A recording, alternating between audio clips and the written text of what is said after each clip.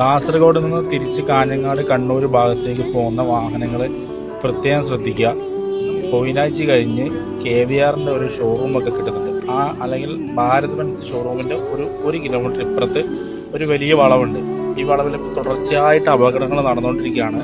ഈ 2 ദിവസം കൊണ്ട് 3 പേരോളം മരണപ്പെട്ടിരിക്കുന്ന ഭീകരമായ അപകടങ്ങൾ നടന്നു കഴിഞ്ഞു. അപ്പോൾ വാഹനങ്ങൾ ഓടിച്ചു വരുന്നവർ സ്പീഡ് നിയന്ത്രണമോ വെള്ളം കെട്ടിക്കിടക്കുന്നുണ്ടോ അങ്ങനെയുള്ള കാര്യങ്ങൾ ശ്രദ്ധിക്കുക.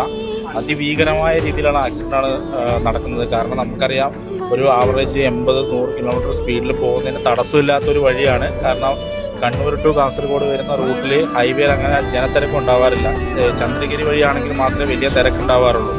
അപ്പോൾ അത്തരത്തിൽ ആളുകൾ വിശ്വാസം അർപ്പിച്ചുകൊണ്ട് തന്നെ ആക്സിഡന്റ് സ്പീഡ് കൂട്ടിക്കൊണ്ട് ഓടിക്കുന്നത് കൊണ്ട് തന്നെ ഇത്തരത്തിലുള്ള അപകടങ്ങൾ നടക്കുന്നത്.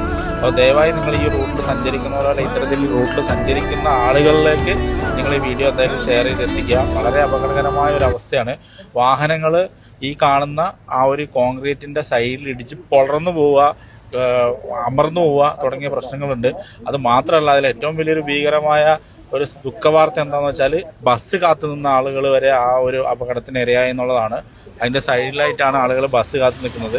റോഡ് പണി പൂർണ്ണമായിട്ട് പൂർത്തീകരിക്കാത്തതുകൊണ്ട് തന്നെ പല രീതിയിലും പല വഴികളിലൊക്കെ ആയിട്ടാണ് ബസ് ഓടുന്നത്. അപ്പോൾ അത്തരത്തിലുള്ള ഒരു സാഹചര്യത്തിലൂടെ പോയിക്കൊണ്ടിരിക്കുകയാണ്.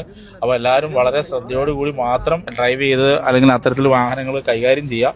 അപ്പോൾ എന്തായാലും ഒരു ഇമ്പോർട്ടൻ്റ് അപ്ഡേറ്റ് ആണ്, എല്ലാവരിലേക്കും എത്തിക്കുക. Thank you.